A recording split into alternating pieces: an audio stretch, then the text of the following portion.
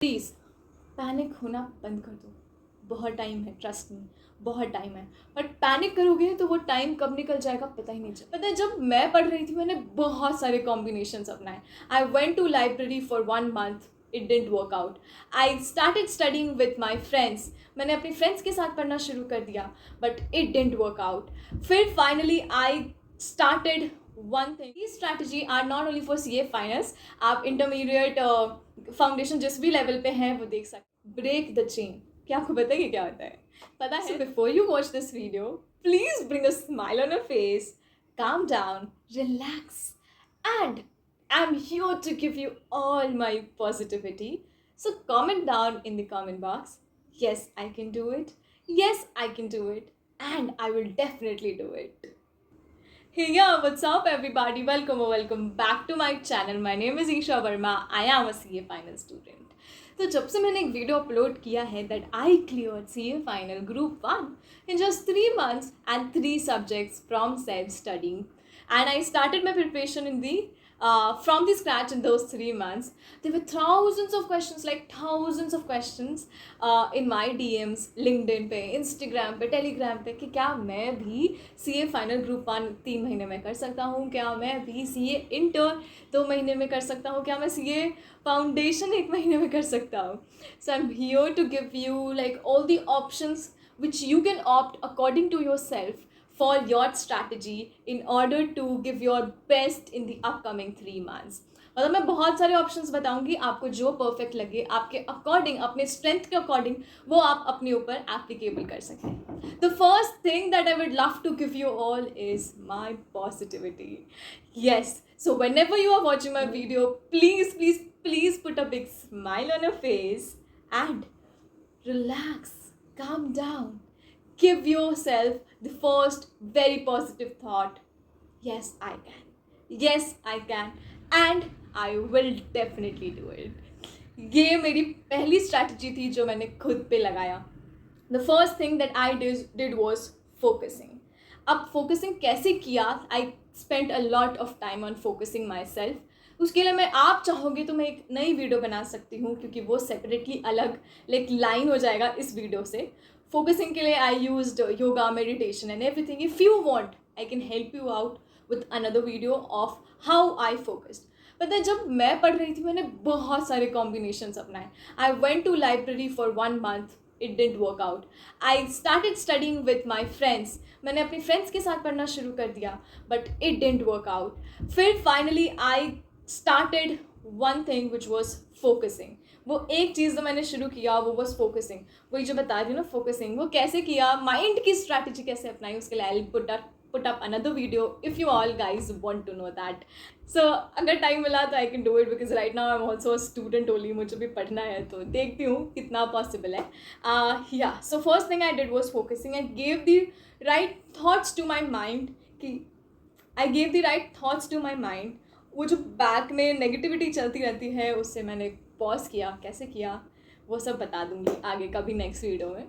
अभी आगे चलते हैं और देखते हैं क्या क्या स्ट्रैटेजी आप अपने लिए फॉर्मुलेट कर सकते हैं. Category 1, if you are done with your classes. So if you are done with your classes, आप अपने कोर्स को कंसाइज करना शुरू कर दो.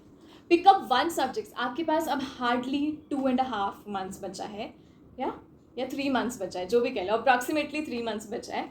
Start concising whatever you have studied. Concise कैसे करना है? जो भी जिन भी टीचर्स से आपने क्लासेस पढ़ी हैं उनके वीडियोस के रिविजन वीडियोस अगर पढ़े हैं तो उनके रिविजन वीडियोस से जो जो कॉन्सेप्ट्स हैं उनको 1 sheet ऑफ पेपर पे, yes the 1 sheet of paper strategy works definitely. आप उस 1 sheet ऑफ पेपर पे एक पूरे चैप्टर को कंसाइज करना शुरू कर दो. एक पूरा चैप्टर आपके लिए 1 sheet या 2 sheet मैक्सिमम होना चाहिए. And these strategy are not only for CA finals. आप इंटरमीडिएट फाउंडेशन जिस भी लेवल पे हैं वो देख सकते हैं. तो येस, 1 sheet पे कंसाइज करना शुरू कर दे और उस 1 sheet में पूरा चैप्टर का सब कुछ इंपॉर्टेंट पार्ट तो होना ही चाहिए. साथ में उन क्वेश्चंस को भी लिख दो उसी शीट पे, ताकि आप एग्जाम के पहले उसी शीट से रिवाइज कर पाओ. फॉर एग्जाम्पल, अगर किसी क्वेश्चन के 3 स्टेप्स हैं, आप 2 स्टेप्स हमेशा अच्छे से करते हो, थर्ड स्टेप में आप भूल जाते हो कि पहले माइनस करना है कि पहले प्लस करना है, और हर बार आप उस चीज़ में कंफ्यूज होते हो कि पहले प्लस करना था कि पहले माइनस करना था. तो उस 1 sheet जो स्ट्रैटेजी में बता रही हूँ उसमें वो लिख दो. क्वेश्चन नंबर का जो भी टाइप है, कि the question type is this, उसमें आप क्या करो थर्ड स्टेप में आप प्लस की जगह माइनस एंड ब्रैकेट में लिख दो ये I always forget this step. तो जब भी आपका एग्जाम जिस भी दिन बचा होगा, अगले दिन है या अगले दिन है, जब भी आप उस वन शीट ऑफ पेपर से रिवाइज करोगे, आपको पता होगा कि आप थर्ड स्टेप पे हमेशा गलती करते हो, प्लस की जगह माइनस कर देते हो, माइनस की जगह प्लस कर देते हो, वॉट एवर द सीन में भी। ठीक है। सेकेंड कैटेगरी स्टूडेंट्स, अगेन अगर आपकी क्लासेस बिल्कुल नहीं हुई है, मतलब आप बिल्कुल मेरी तरह थे जब मैं फाइनल्स ग्रुप 1 की तैयारी कर रही थी, तो प्लीज़ पैनिक होना बंद कर दो। बहुत टाइम है, ट्रस्ट मी, बहुत टाइम है। बट पैनिक करोगे तो वो टाइम कब निकल जाएगा पता ही नहीं चलेगा। यस, मेरे पास बहुत टाइम था। सोचो, मेरे पास जनवरी, फरवरी, मार्च, अप्रैल, मई बहुत टाइम था।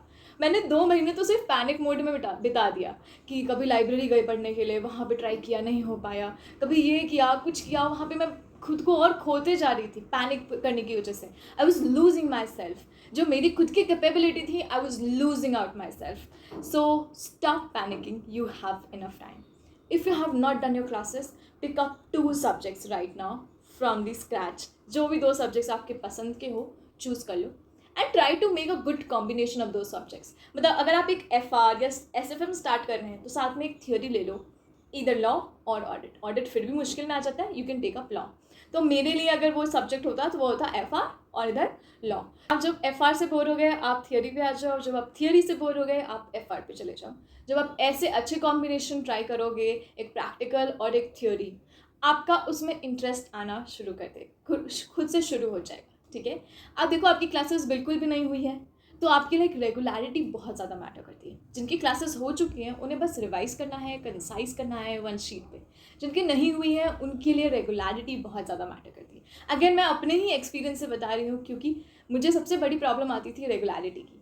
1 दिन पढ़ा, 3 दिन गैप, 3 दिन पढ़ा, 5 दिन गैप, 5 दिन पढ़ा, 6 दिन गैप। ये प्रॉब्लम मुझे बार बार आ रही थी। एंड मे बी वो प्रॉब्लम इसलिए भी आ रही थी क्योंकि मैं डेंगू से रिकवर कर रही थी, मैं बहुत वीक थी, जो भी रीज़न हो सकता है, जो भी whatsoever could be the reason. So उसके लिए मैंने उस प्रॉब्लम से टैकल करने के लिए मैंने क्या किया, सपोज एक टीचर की कोई रिविजन वीडियोस पढ़ी हैं यूट्यूब पे, कोई भी टीचर, एग्जाम्पल ले लेते हैं, सपोज एक टीचर की रिविजन वीडियोस पढ़ी हैं, this is again for everyone, चाहे आप फाइनल में हो, इंटर में हो या फाउंडेशन में हो। अगर किसी टीचर की रिविजन वीडियोस पढ़ी हैं, तो आप उसकी एक प्लेलिस्ट बना लो। मतलब बहुत सारी वीडियोस होती है, उसको आप खुद की प्लेलिस्ट बना लो। और अगर उनकी पहले से प्लेलिस्ट बनी हुई है तो बहुत अच्छी बात है, लेकिन अगर प्लेलिस्ट नहीं बनी है तो आप खुद से उसकी प्लेलिस्ट बना लो। फिर क्या करो, take a sheet of paper like this and write down the number of videos you have in that playlist. Suppose मैंने सपोज एग्जाम्पल दे रही हूँ, FR में प्रतीक जगाती सर की वीडियोज़ की बहुत सारी वीडियोज़ हैं। तो पहले मैंने क्या किया, उसको एक प्लेलिस्ट में कन्वर्ट कर लिया, बना लिया। I am not very sure उनकी प्लेलिस्ट बनी है या नहीं बनी है। नहीं बनी है तो मैं बना लूँगी, बनी है तो वेल एंड गुड। अगर बनी है तो उस प्लेलिस्ट में मान लो 15 वीडियोज़ हैं, तो मैं क्या करूँगी, उस 15 वीडियोज़ के नंबर्स पहले लिख लूँगी, 1 2 3 4 5 6 7 8 9 10 11 12। अगेन वो दिखेगा ही नहीं, ऐसे मैंने नंबर्स लिख लिया 1 से लेकर 15 तक। फिर मैंने क्या किया, इसके आगे इसकी हेडिंग्स लिख ली। तो सपोज मैंने लिख लिया Ind AS 16, Ind AS 2, Ind AS 2 के मान लो 2 वीडियोज़ हैं। सपोज इंड AS 2 के मान लो 2 वीडियोज़ हैं, तो मैंने यहाँ पे भी इंड AS 2, इंड AS 2 मान लो 2 से 3 वीडियोज़ है, तो मैंने ऐसी प्लेलिस्ट बना ली 1 से लेकर, मतलब प्लेलिस्ट की मैंने उसकी पहले तो प्लेलिस्ट बना ली और उसको मैंने ऐसे 1 शीट ऑफ पेपर पे लिख लिया, 1 से लेकर जितनी भी नंबर ऑफ वीडियोस हैं, एंड उसके आगे उसका नंबर कि क्या है, इंड AS 1 है, इंड AS 2 है, इंड AS 16 है, जो भी है। ठीक है। फिर यहाँ पे मैंने खेला ब्रेक द चेन खुद के साथ। ब्रेक द चेन, क्या आपको पता है कि क्या होता है? पता है तो भी ठीक है, नहीं पता तो दोबारा सुनो।